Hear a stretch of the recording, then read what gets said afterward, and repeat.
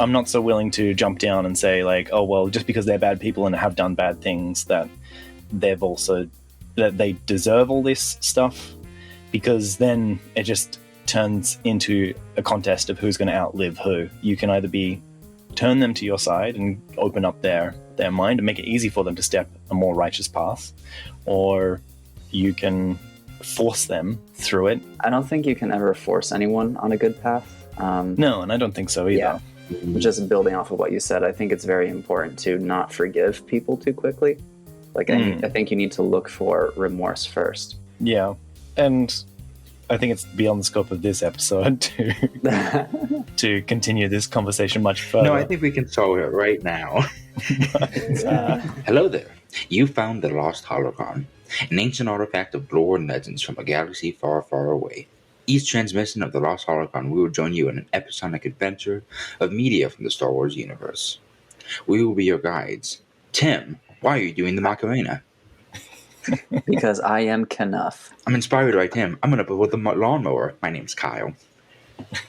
Scott's doing the credit card. I wish I knew what that was. And Stu was trying to lead us in an ad hoc emu bob. Come on, guys, everybody join in. No. I am doing the Macarena over here. You can't mess with me. Hey, Macarena. It's like one of those silent raves where we're all doing our own thing. Right, okay. We will be covering the material up to and including Chapter 30 of Heir to the Empire. Stuart, what happened so far? Oh, so far. Luke Skywalker and Leia Organa Solo have been on the run from a mysterious task force set upon abducting them, directed from the shadows of Imperial Command by Grand Admiral Thrawn. On Kashyyyk, Leia uncovers the identity of the Noghri assailants from one they managed to pull into custody. In the Sluissi Sector, Thrawn and Captain Pellaeon are preparing for their assault on Sluis Van Shipyards, prototype cloaking technology in hand and operational. On Myrkr, Luke ends up captured, disarmed, and recaptured, trekking through the wilderness with an ex-Imperial operative, Mara Jade. Thrawn has left a contingent of Stormtroopers at their exit point to intercept whom Thrawn suspects was Skywalker. Talon Karrde worked with Han Solo and Lando Calrissian to extract Luke and Mara, hoping to delay retribution from the Grand Admiral for his concealed, although be it reluctant, partisanship. In the ensuing ambush, Lando stakes his life on Luke's Jedi intuition. The gamble costs him dearly, leaving him mortally wounded, but betting on Luke wins out, even without use of the Force. Tim, what happened in Chapter 30? In the aftermath of the firefight, Karrde directs his people to evacuate Myrkr, believing their ruse impossible to hide from Thrawn's observational and inferential prowess. Before parting ways, he asks Solo to loan one of the New Republic's gutted warships to help with the evacuation. Luke and Han help an injured but very much alive Lando onto the Millennium Falcon. They debrief each other as they depart, and Han says that he wants to take a detour through Sluis Van to give Lando proper medical treatment, and Luke some much-needed rest, before diving into the political hotbed on Coruscant. However, lying in wait at Sluis Van, Thrawn has begun his operation to take ships out of the shipyard. Upon hearing that the Imperial detachment on Myrkr has failed to report in, he concludes that Skywalker was indeed there, undoubtedly aided by Karrde. He makes a point of deferring retribution to focus on the imminent battle. I thought it was interesting how Karrde was just in awe. He's like, one man did all this? Looking at like the collapsed arch and everything. Yeah. And then Aves had a little hurt in his voice saying, but well, we helped. Right. We helped. And then there was like a vocal tag as well that also said that his own admiration shone through that. And I had a very hard time like placing that in my head. I wonder, Karrde does seem like somebody who would have a backup plan, but it doesn't. Are they just like, oh, well, everyone scatter? Or I wonder if he's headed somewhere. I wonder what Karrde's plan is now. I don't know. Yeah, he seemed pretty remorseful about having to leave. Yeah, like he had a smuggling home. Mm-hmm. And that's something you wouldn't expect a smuggler to have, typically. Right, yeah. It's his sense of security and his sanctuary, basically. I mean, apparently they only eat one meal a day, so home is a foreign concept to them. Yeah. So you think they'll be a little bit more at home in space when they're just drifting from place to place? I think he could probably take some pointers from Han now. Yeah, maybe. Although Han has his home of his own now. Mhm. True, yeah. But Han always just jumps right back into the drifting lifestyle. It's not like he gets comfortable. Yeah. He just exists. Han 100% seems like one of those people who it's like, they can't just be happy. Yeah. Either he's always looking over his shoulder or he's looking for the next thing. Right. He needs a little bit more zen in his life. No, he might settle down for like a year or two, but like at the end of that second year, he's like, I gotta go now. Yeah. That was an aspect of Force Awakens that I thought was pretty realistic. Like the fact that Han and Leia were like estranged from each other at that point. Mhm. Yeah. But Or just like not the currently reason together. why they're estranged, though. Well, That's a story for another time. Find out I next see. on the We- Lost we- Holocron. we can infer it was because of their son. Yeah. Yeah. But they didn't exactly make it clear. No, in the books, Leia knows that Ben is evil, and she does not tell Han. She keeps it from him. Dang. Spoiler alert. So when he does go nuts, and then Han finds out about it, he's just like, "You didn't tell me that. You didn't think that was important." Mm. Wow. Oh, okay. That makes a lot of sense. It's like, Yeah, did you not yeah. know he's the grandson of Vader? Just because I'm related to someone evil. Yeah, I wish they'd spent more time making Han feel a bit more like driftery or like Mm. a self-saboteur because, Yeah. you know, as you point out, that is part of his character to get itchy feet every so often. And rather than him bursting onto the Falcon and saying, "Oh, Chewie, we're home," be a bit like, "Oh yeah, back to this thing. By the way, what's the next thing on our list?" Granted, we jumped in like 30 years later because George didn't want to do 7, 8, and 9 earlier. Yeah. Yeah. And then even Karrde and Aves are chatting, and he said, well, that's what Mara said, but I guess Skywalker could have lied to her. And immediately Karrde is like, no, I don't think that's realistic. Do you think that Karrde knows that she's Force sensitive? You I'm can, starting to think so. you know, I also think he has a little more faith in Mara than her being lied to and believed by a Jedi or by anybody. I guess you would Yeah. not take his word without very good reason to agree to it. Plus, also, I think even if he doesn't know the full extent, Karrde is aware of Mara's disdain for Luke. Mm-hmm. We're all aware of her disdain for Luke. Painfully aware. We haven't gotten much from Mara, but like that was really on point. Yeah. First thing you put in her character bio. Right. First thing on her resume for her next smuggling job. Biggest fucking curmudgeon there is. Yeah. I thought that the aftermath of this battle was very light. I mean, it seemed like it just kind of abrupted endly. Yeah. It felt like we were like right in the action, and then it just cuts to Karrde and Aves being like, "Well, that was crazy." Yeah. I mean, especially like with that archway coming down, that took out absolutely everybody is kind of surprising.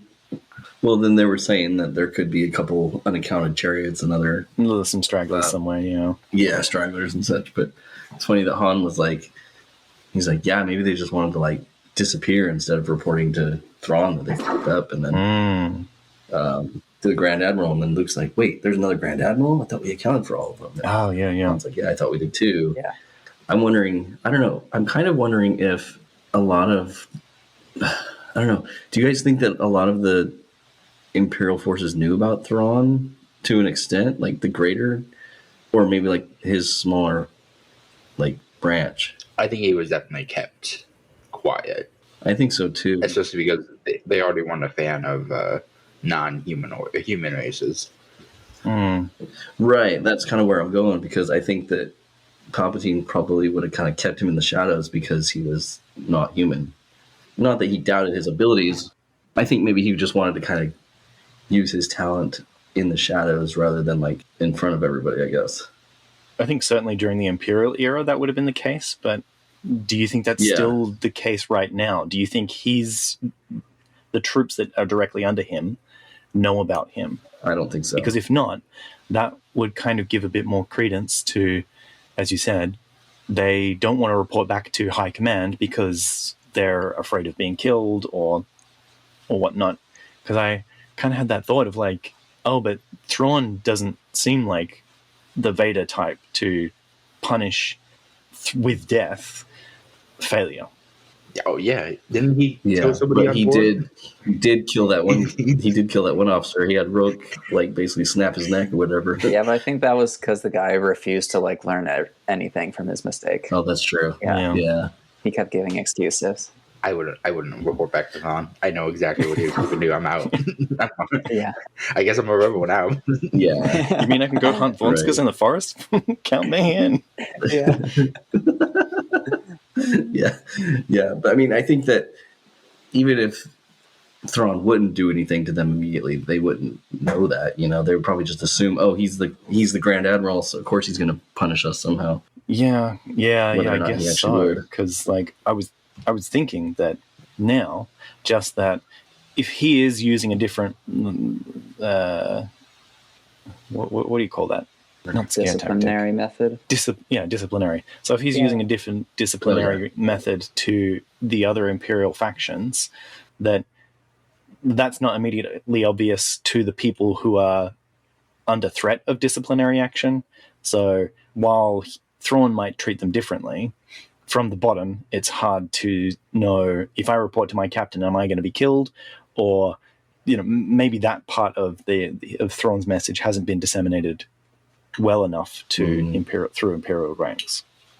Yeah, and I'm sure that the way that Vader treated those who failed him probably became pretty famous among probably throughout the ranks. Could you imagine if Thrawn regularly sent out email announcements to the crew about different things? All right, guys, it's Casual Friday. By the way, send this to 3 other people. Try and enlist them in our Imperial regime. We're going to crush the rebellion, guys. Yeah. Because he even said that thing at the end of the chapter of like, also remind the men that this is where the path to crushing the rebellion starts. Right.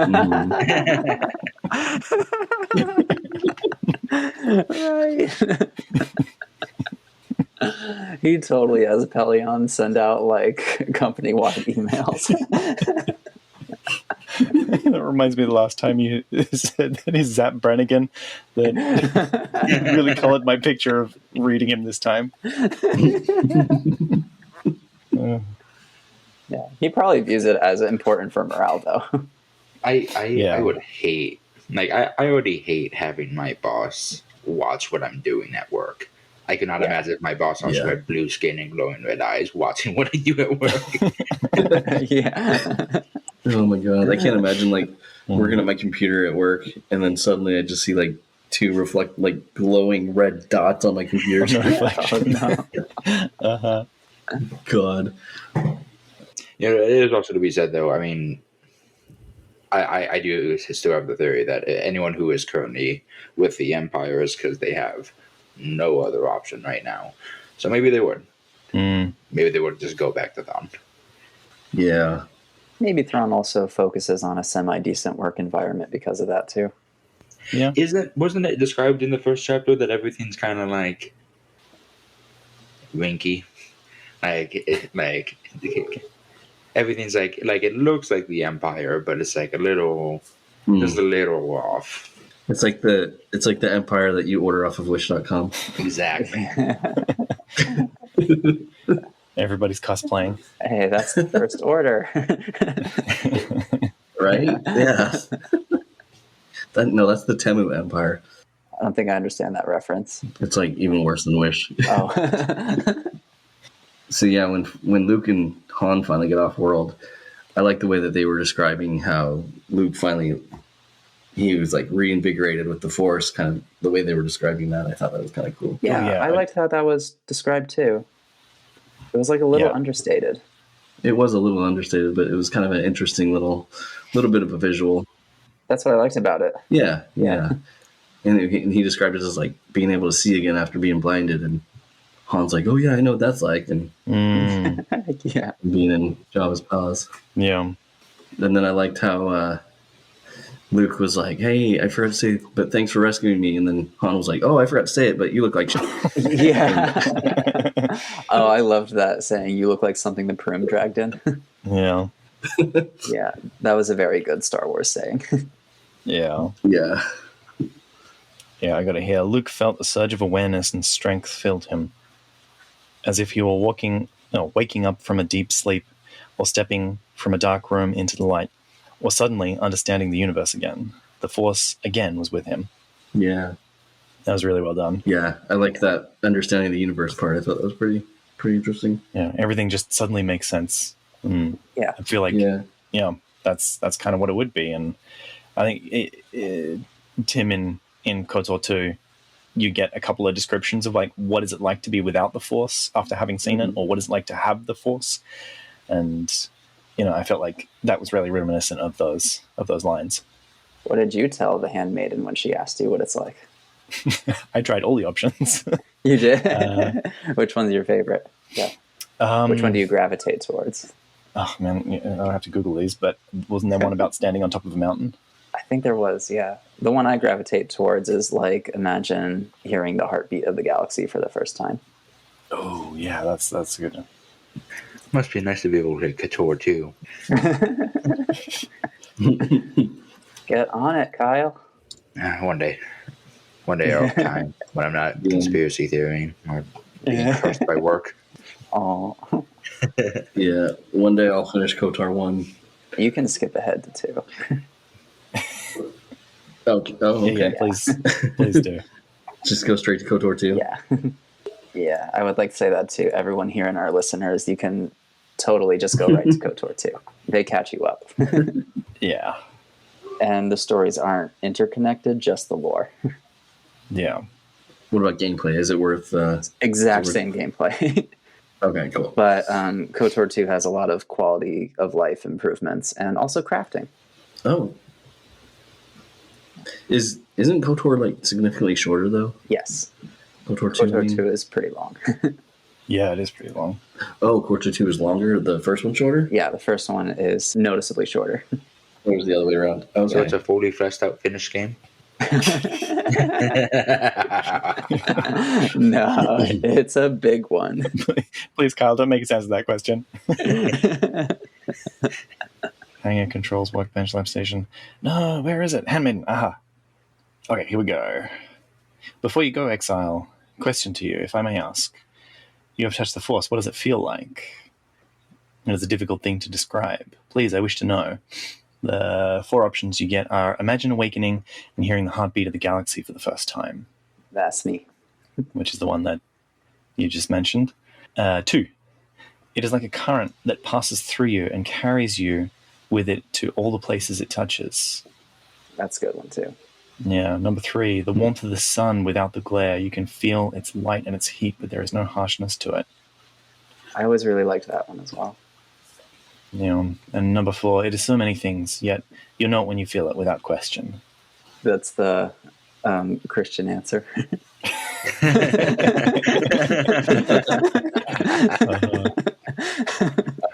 Of all these ones, I like number 2 the best, I think. It feels like a current that carries you with it to all the places that it touches. Team 1, Team Heartbeat. I like the heartbeat of the universe. I thought it was really good. Yes. And then Kreia said, it is like a cloud, a mist that drifts from living creature to living creature, set in motion by currents and eddies. It is the eye of the storm, the passion of all living things turned into energy, into a chorus. It is the rising and swelling at the end of life, and the promise of new territories and new blood, the call of new mysteries in the dark. Otherwise, you can also say that I don't know what it's like to feel it, but I only know what it's like if it's lost. And she says, tell me of its absence. Imagine awakening and finding all your senses blinded, which is much like this chapter. It is like feeling warmth on the skin, then being buried alive. Oh, jeez. Very morose. Kreia would not like that answer.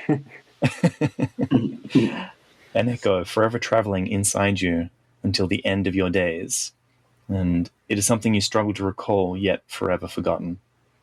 Oh, and this is what I was remembering. Kreia then says, it is standing atop the summit of a great mountain and winds tearing about you, then finding yourself buried alive, trapped, helpless, and alone. It is like having the energy of youth, then feeling the cloak of years fall upon you, knowing you are weak and fragile, and a thing easily discarded. It is knowing what you want to say and never finding the words. It is a chorus replaced with silence, hearing teachings without meaning. It is like a beloved pupil to whom you have shared everything, sacrificed everything, and then having them turn from you, forgetting all you were. God damn, this game's dialogue is so good. If Edgar Allan Poe had described the Force. Yeah. And if you have played the game to completion, it says a lot about like the rest of the game as well. It does. There's a lot of foreshadowing there. Everyone play KOTOR too. So Luke had a bit of a Kreia moment there. Yeah. Like at first when like he made the blind comment and Han was like, oh, I don't know what that could feel like. At first I was kind of like, is this one too many references? But then I was like, actually this feels like realistic dialogue from these characters because Luke has not known life without the Force for a very long time until now. Yeah. Yeah. Mm-hmm. So it felt very natural. Yeah, no, I thought this was quite appropriate. Yeah. Why don't you think that he wants to tell Han about Mara? I think part of him wants to protect her. Yeah, I thought that was a little strange. But it does seem like he's protecting her somehow. I'm not sure why. What do you think he's protecting her from? I think saying that there is somebody out there who was the Emperor's closest hand is something that gives a target. Because bringing up Thrawn is now a target. Someone for the Empire to wipe out. Or maybe he doesn't want Han to know that he's been working with somebody who is so close to the Empire for the last week or whatever. I don't know. It's hard to say. Yeah, maybe we get mixed signals at that point of like, we're just running from the Empire, and he maybe believes her that she doesn't have any affiliation to this, what the Empire is now, but yeah, but Han might not. Yeah, Han wouldn't have that trust, and so he doesn't want her dismissed out of hand. Right. Good on Luke for putting down the boundary, respectfully saying it's personal, and good on Han for respecting it. Yeah, that was nice. Yeah. It also occurs to me that, like, not wanting to dismiss her out of hand, that do you think he sees some, like, redemption in her future, that he doesn't want other people prejudicing her to make that redemption harder? Possibly, yeah. That does sound like an EU Luke thing to me. And I think maybe he might hope to have more interaction with her in the future, and he doesn't want his allies to think that she's a liability, perhaps. You really think he wants more interaction? I read that conversation as quite sarcastic of like, oh, you two are getting along there. Yeah, I really don't want to talk about that. I think whether he likes it or not, that he knows that they're going to run into each other again. Yeah, maybe it's not so much he wants to, but he anticipates it, I guess. His Spidey Force senses are tingling. Yeah. We did talk a lot about how, what can Mara do to like improve this relationship with Luke, but I wanted to put the question on the other side, like when they are interacting, what can Luke be doing to make that relationship better? We probably should have talked about this a little while ago, but yeah, that's a good question to bring up. It just kind of occurred to me like, of course we're bemoaning the curmudgeon for not working better with Luke at the time, but Luke's also not speaking her language, so how can he better communicate with her to facilitate a better working relationship? Or what could he have done? I mean, I don't know. It's hard to say. It's hard to say like, oh, Luke's in the wrong here. He didn't know her. He didn't personally do anything to her, and he's still a bit of a Boy Scout. I mean, there was that chapter where he's like, "Should I have lied? Is that what the Force would do?" I mean, like, he didn't know. He didn't know her, and it's not like she was doing great things and he fucked it up for her. Like, she was a bad person. He took out something bad and just happened to be in the crossfire. I don't know what Luke can do to make her be like, oh, much better. I think he just needs to give her space and let her be herself and figure it out on her own. Yeah. What I think Mara needs therapy. Everyone needs therapy. Mara does need therapy, undoubtedly. Mara especially so. Because the one thing that comes to my mind is that she was like, you murdered the Emperor, you assassinated him, and that cost me everything.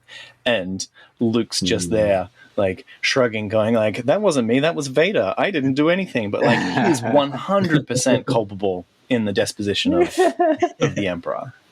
And that's the one thing. His murder with love. Exactly. Maybe Mara was watching in the shadows the whole time. Yeah. Well, probably not. Otherwise, she would have been blown up on that Death Star. Yeah, or she would have stepped in. Yeah, that's the one thing that I think that Luke feels very passive, and he doesn't see that how his own actions have contributed to this thing, and maybe being a bit more culpable and saying you know what, he was a bad guy, and I was going to kill him, because he even takes a swing at him in Return of the Jedi. Right. Yeah. Yeah. So it's not like he didn't try to murder him. Yeah, but I mean, God forbid if he lies to somebody. Look, that was the heat of the moment. His dad was watching. He just felt all this pressure. Yeah. Mara was embarrassed watching Emperor Palpatine get picked up and thrown down that shaft. Just like that, huh? You know what, Stuart? You saying that about Luke makes me think that, if anything, he could show more empathy to how it changed her life. And give some validation to what she's feeling based on that, even if she was a fascist. Yeah. Because, even beyond the politics of it, it's a loss of identity and sense of purpose. And that changes people. That's traumatic. Yeah. It makes them very curmudgeonly. Yeah. I don't know. For me, it's I kind of get the same feeling. I'm sure you guys have seen that video recently of Mitch McConnell. His brain. Yeah. Freezing up. And there's a lot of people are making fun of him, and it's fucking hilarious. But a lot of people are like, no, he's getting old. He can't help it. You can't make fun of him for that. You're going to their level, and it's he's a fucking horrible person who takes away rights of people. I'm not gonna feel bad for him. I'm no, fuck him. This is true. Mara's probably done some terrible things. 100%. Yeah, 100%. Right, but of her own volition? Oh, that is a good question, because we do know that the Emperor had an influence on Imperial forces. Yeah, and his not Thrawn level strategy cost them the Battle of Endor. Yeah. That we can get into a whole morality debate over, I don't know, space wizards. Space wizards. Look, I'm a little bit willing to put my chips down here and say that there's a whole, just these people have been raised in an environment that gives them a very real fear of the unknown, and they do need more exposure to get, probably a healthier perspective on the universe, or whatever else. Mm-hmm. But I'm not so willing to jump down and say like, oh well, just because they're bad people and have done bad things that they deserve all this stuff, because then it just turns into a contest of who's going to outlive who. And Right. in Yeah, this, that's a good and point. you can you can get everything you want by either being satisfied with what you have or by actually acquiring everything. And if you're going to just have a contest of how to outlive somebody else, you can either turn them to your side and open up their mind and make it easy for them to step a more righteous path, or you can force them through it, or make sure that their lifeline finishes sooner to the present. I don't think you can ever force anyone on a good path. No, and I don't think so either. Yeah. I do think it's very, just building off of what you said, I think it's very important to not forgive people too quickly. Like, I think you need to look for remorse first. But when I say don't forgive, I don't think that means that you actively fight back at them. I think there's a big difference between fighting and resisting. Yeah. Like, if someone like a Mitch McConnell or a Mara is actively doing bad things, do I want them to be better people? Yes, I want everyone to be better people, because that's just good for themselves and the world, especially if they're in a position of influence. Yeah. But I'm not going to be super friendly if they're acting without remorse. But I'm also not going to what's the word? I'm not going to attack them. Yeah. I'm just going to resist their actions. Yeah. I mean, Be a roadblock. And I don't believe in free will. And when people come up against oh, well, you don't believe in free will, then, no choices matter. I think that's not the point that we're trying to make. And I completely agree with you that, just because people don't have free will doesn't mean you have to forgive them of things.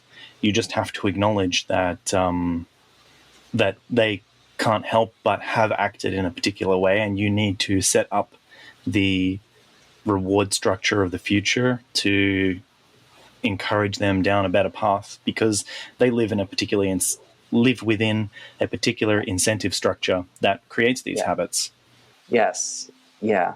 It also is important to remember how systemic issues contribute to these people. Yeah. And enable them. Yeah. It is rough. I mean, I also I don't think anybody doesn't want people to be good. It would be great if all the world's problems could be he was a bad person, but now he's good. But there is a line, and it's very debatable where that line is. How many lives can someone ruin before you're but they're good now. They how many lives can you ruin and then make up for it?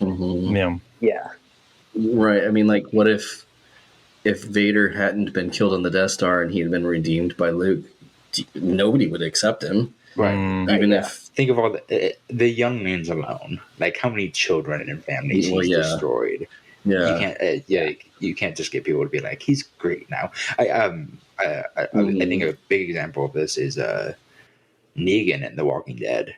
He monster, absolute he was a horrible person and hurt a lot of people. He is now a lot of people's favorite character, and they're he's good now. And he went through some penance. He went through basically prison, which up to you whether you think prison works or not. Depends on the prison. Right. Yeah. But it's hard to draw a hard line to be this is redeemable. Yeah. And I think it's beyond the scope of this episode to continue this conversation much further. No, I think we can solve it right now. But no, I completely agree. And as somebody that doesn't believe in free will, I don't believe that prisons work. It doesn't create an incentive structure for people to do good things. It just forces things underground, and it forces people to, rather than seek out the better option, is to hide the things that so that they don't get caught, so that they don't have to go to these places. And we lived in a pretty messed up incentive structured society at the moment, and I hope that more conversations like this can help make a better future. Have you seen Norwegian prisons though? No. They're nice. They basically give them a college dorm. They can put up wall art and stuff. They actually focus on rehabilitation. It's more like your access to the world is restricted in some way, but you're not ostracized and punished. You're not treated as subhuman. You're not exploited for free labor. Like none of those things. Yeah, no, that's exactly the way it should be. Like you do get your freedoms restricted, but it's part of like, I hate to use this word, but a re-education. More like your ability to do harm is restricted. Yeah. And you get that rehabilitation into setting up those incentive structures, because like incentive structures are internalized from our upbringing or our environment, and even if you change the environment, you still have some echo of that incentive structure within you as well. And that's why we have very extremist people in the world, and people that we do get these characters that we empathize with are like, oh man, Anakin, you had just so many chances to turn around and like just tell us what's going on, man. And instead he went to the dark side because he had those internalized structures of like, I can't tell these people, I can't do these things, despite externally that probably being very different. Man, guys, as much as Mara has frustrated us, she has given us so many things to talk about. Yeah. I think I'm actually really happy she exists now. Yeah, I mean, like, she's a really good character. It's just... maybe that's exactly why... Yeah. The reveal could have been handled differently. I've never not been happy she was here. Like, I enjoyed the hell out of it. It's just, it would have been nice if she showed up a little later. She stepped on one of my storytelling pet peeves. So, but I'm coming around. Jumping back to the beginning a bit, Han says that, I owe you one card. But does Han owe Karrde anything at all? Because it seems like... I don't think so. Why? Yeah. Right. Why? He got him out of several tricky spaces. And yes, he blew up Karrde's base of operations metaphorically before Thrawn's going to come in and do that literally. But also, it wasn't his fault that Karrde was trying to double deal on both sides, and that's all Karrde's fault. Maybe Karrde gave him a really good massage before that battle. Oh, okay. That's probably what he's talking about then. Yeah. Maybe Han just has like a lot on his mind and he said that and Karrde just didn't argue it. Maybe Karrde just had read it. Like, what are you talking about? Okay, yeah, sure. I could see that. Yeah. He's becoming the capitalist from the situation. He's like, oh yeah, okay, yeah, sure. And Han's, it's kind of like Leia with that Noghri. Yeah. I did feel like Karrde was kind of weird in this chapter as well, because like, despite just a few chapters ago, he was like, I've got this moral ethic code that I can't break, and I can't turn over people that are our guests in this place to the thing that one, he turns around and says, this could have turned out very differently, implying that he could have handed them over and to begin with, which seems very out of character. Right. And also that he's like, oh, by the way, can you spare us a warship that you've been asking us for to help your shipping stuff so that we can get out of here right quick? And then in his internal monologue says, okay, well, it's not going to be too hard to overpower the people and just try to give that to Thrawn as if like a peace offering. Like, what was up with Karrde? I think, I think he just lost everything and he's trying to piece it back Maybe together. That's why he wants the ship. A bit desperation, you think? Yeah. And it doesn't seem like he had a backup plan. It seemed like he was very content in what he currently had going, and now he knows that he just can't. And now he knows that Thrawn is coming for him. He's having a bit of denial vibes in his current stage of grief. But then that just means that he throws out all these morals that he's like felt so restricted by or like compelled to uphold in the previous chapters. Oh, I see. That's the angle you're approaching it with. Yeah. Weird. Like, are we gonna, like, we're coming to the end of this book. He's gonna appear in the next one.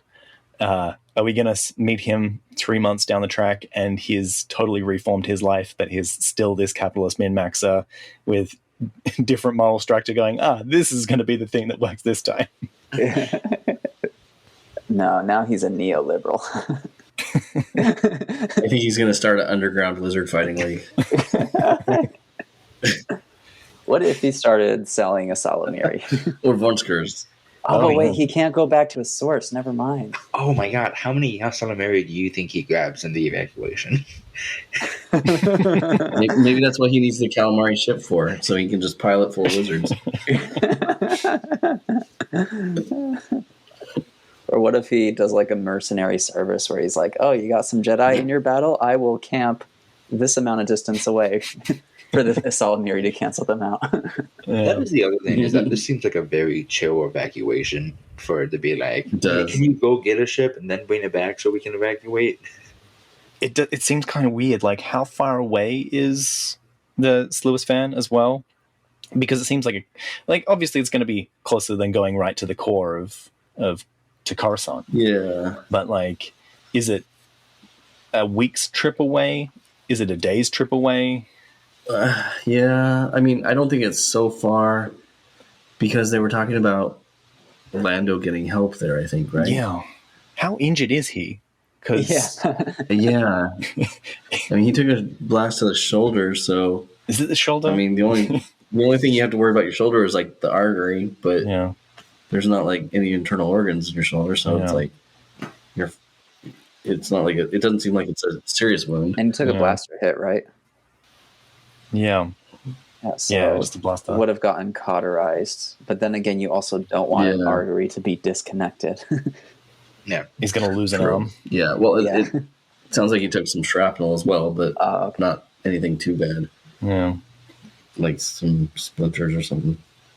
Well, so, I mean, the point of me saying that was it can't be too far away. Well, I mean, they could always jump to light speed as well, but can't be so far that it wouldn't be worth going to get him help. You know, it wouldn't be worth going to somewhere closer to get him help, I guess. By light speed, though, like, you can travel pretty far. So that's what I mean. Like, is it a couple of days away, or is it like...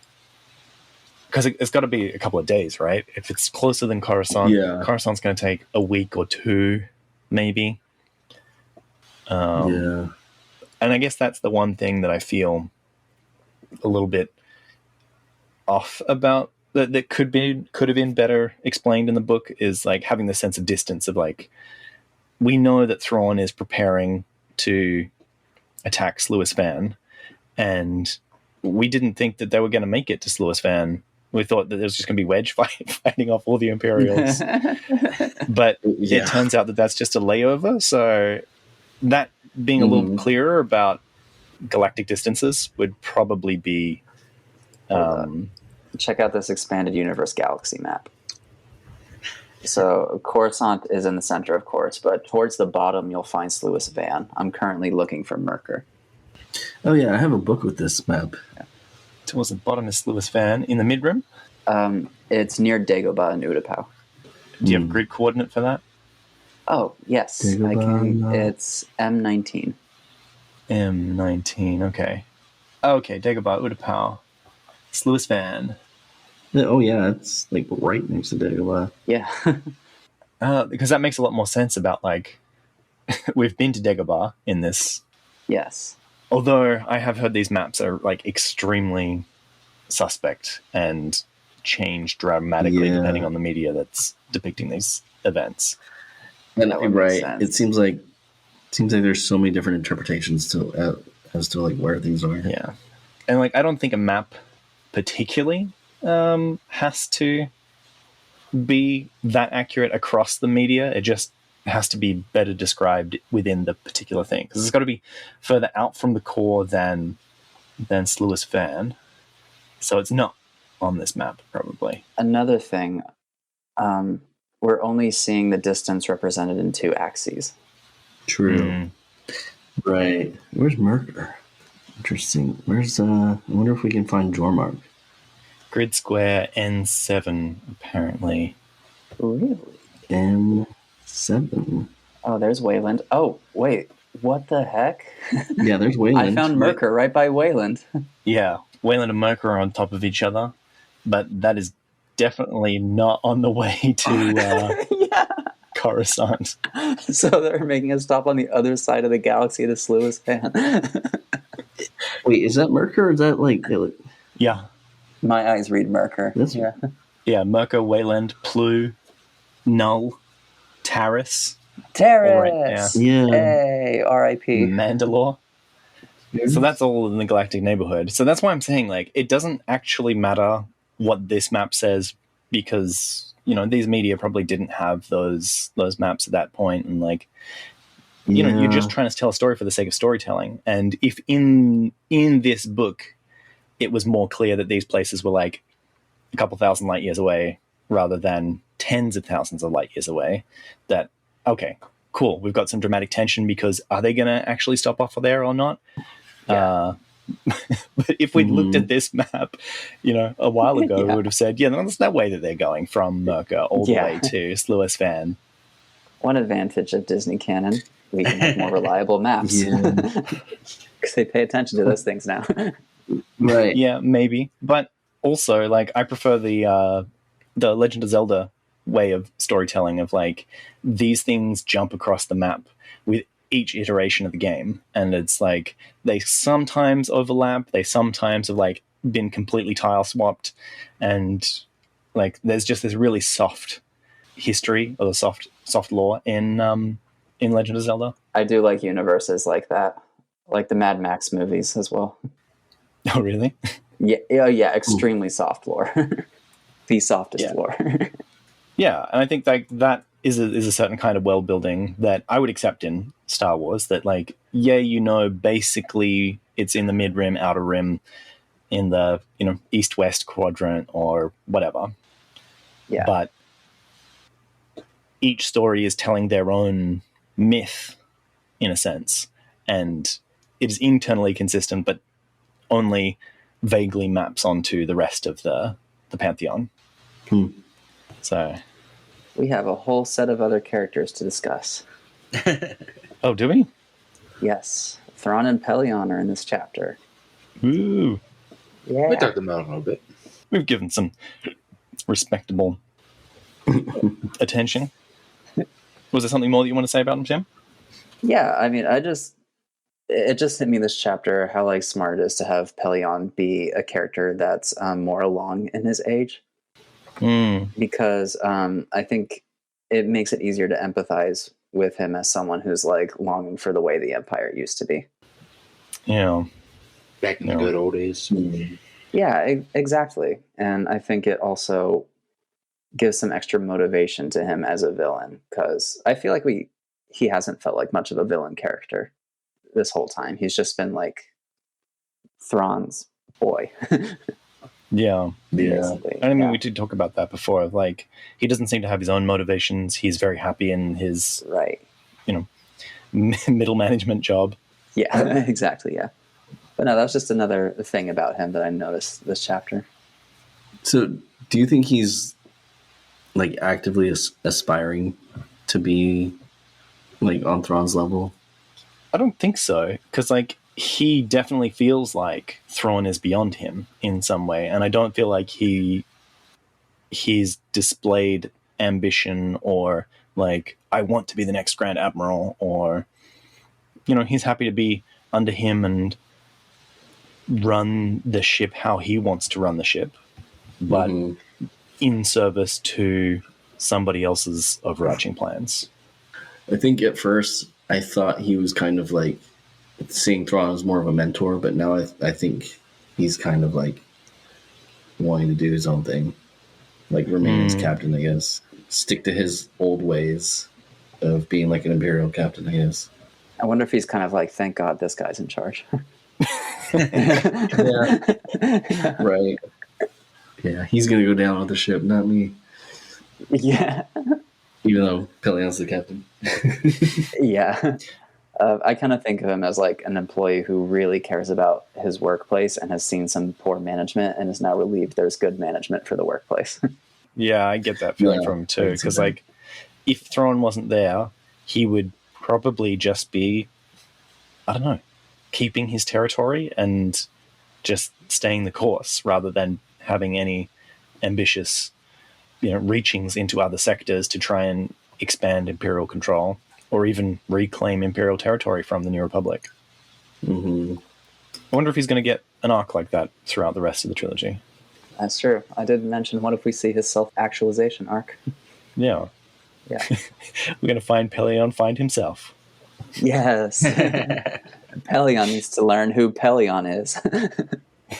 And Mara needs to learn who Mara is. Yeah. Yeah. Pellaeon's going to come to the part where he has to pick up Thrawn and throw him down the metaphorical pit. He's going to have his Vader moment. But instead of a redemption, it's a I'm the bad guy now. Yeah. I'm the Grand Admiral now. Yeah. Oh, actually, everybody in this story is like that. Everybody is on a self-actualization journey. Like, Luke needs to find himself. Leia needs to find himself. Khan still feels like he's in nowhere. We've just destabilized Karrde, as he knows who he was, but now he's going to have to find himself. Mara's finding herself. Mm-hmm. Pellaeon's finding himself. I don't know if I'm repeating characters right at this point. The only person that's kind of like stuck where they are is Thrawn. Yeah. Thrawn knows who he is and what he wants to be, and he's challenging everybody for that. Everybody in that thematic sense. This has been The Lost Holocron. You can find transcripts, links to discussions, and more. Well, Kyle, your voice got different. I've been working on my Tim impressions. Yeah, Oh my God. really good. I couldn't tell the This difference. is like the best I've ever heard. Is that what I really sound like? Excellent thought, Stuart. Excellent observation. Well, thank you for bringing it all around. I was listening to something the other day, and somebody said, like, artists don't make art. They just put themselves in positions that art gets made. And, like, I'm also very much of this mindset that, like, nothing is unique to us, and, like, we are just some locus of cognition, but we have to rely on everything outside of ourselves. Yeah. That, no human exists in a vacuum. You live in a world of other people. Yeah. So, Yeah, and there's a famous quote by P.J. O'Rourke. He says, "Originality is the art of hiding your source." Yeah. that sounds like a colonialist. I don't think there are new creations, just creations that feel new to us. Yeah. And I think that brain expanding, emotion expanding, fun stuff is the great thing about art. Yeah, because I don't feel like this, the product of what we're making here it's not any one of us. It's the synthesis of all of us and our experiences and the lives we've led up until this point. And yeah, but credit where credit's due. You had a good thought, Stuart. I reluctantly accept. Yes, he did it, guys. Embrace the positivity. Was it this chapter or the next chapter where Han's like, we're going to go to Sluis Van, we're going to chill out. It's going to be great. This one, yeah. Yeah. Which is why I thought it was so strange that, like, we don't have any concept of how close these places are. And we were just like, well, they're going to go back to Coruscant into a civil war. And meanwhile, Thrawn's at the other side of the galaxy conquering this place that Wedge is just happenstantially the big winner here. But, like, yeah, Han saying that, I was like, oh, really? It's that close? I mean, they've been setting it up this whole time that Sluis Van's going to have something big go down on it. But this really solidified it to be like, oh, man, Sluis Van, that's going to be the last moment of quiet we have for a long time.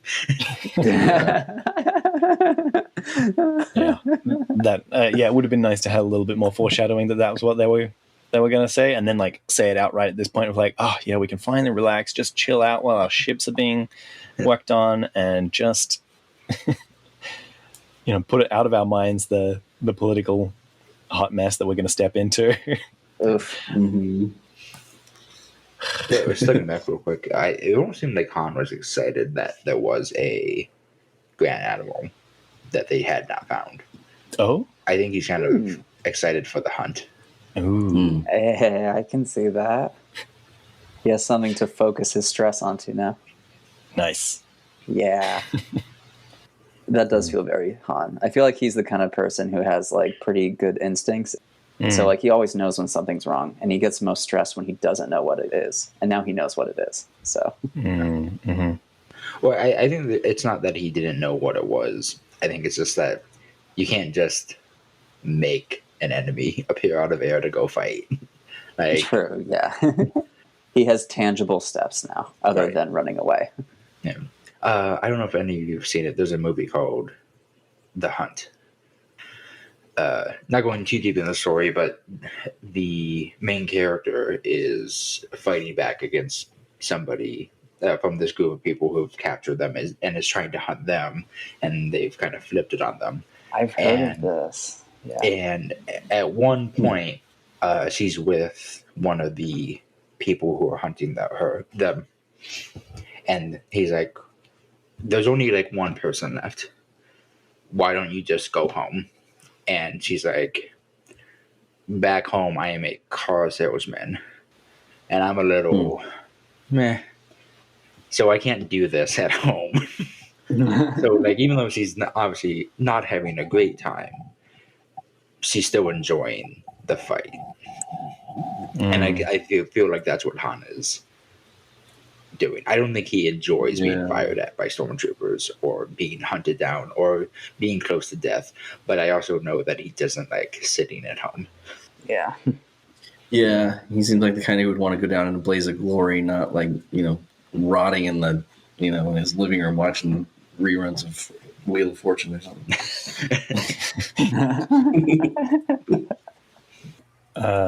I also just found on the Wikipedia that Heir to the Empire is the first appearance of the rank of Grand Admiral.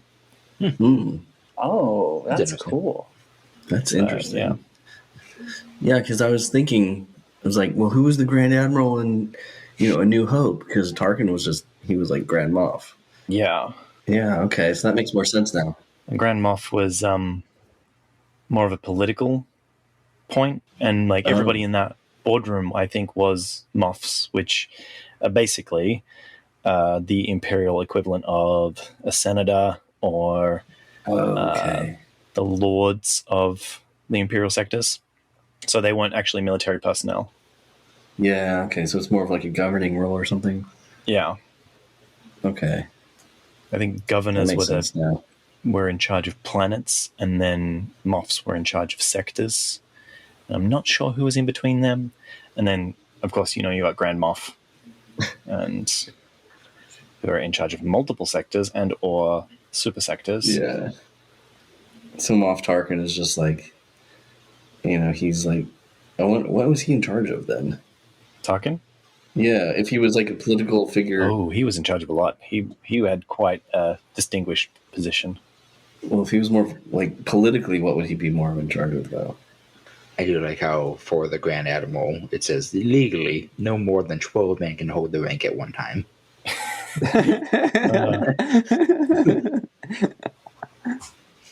I think Tarkin ended up becoming like an administrator of almost galaxy-wide things.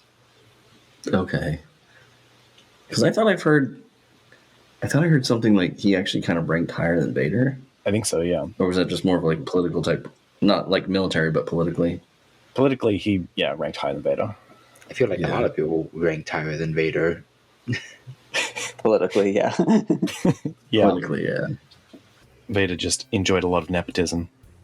It's just funny, like Tarkin's like, he's just like when he targets Eldron, he's like, hey Jeff, I'm gonna blow up your planet right here. This has been the Lost Holocron. You can find transcripts, links to discussions, and more at our website, lostholocron.com. While you're there, you can learn how to support the creation of future episodes. Read on and we'll be waiting for you in the next transmission. We would be honored if you would join us.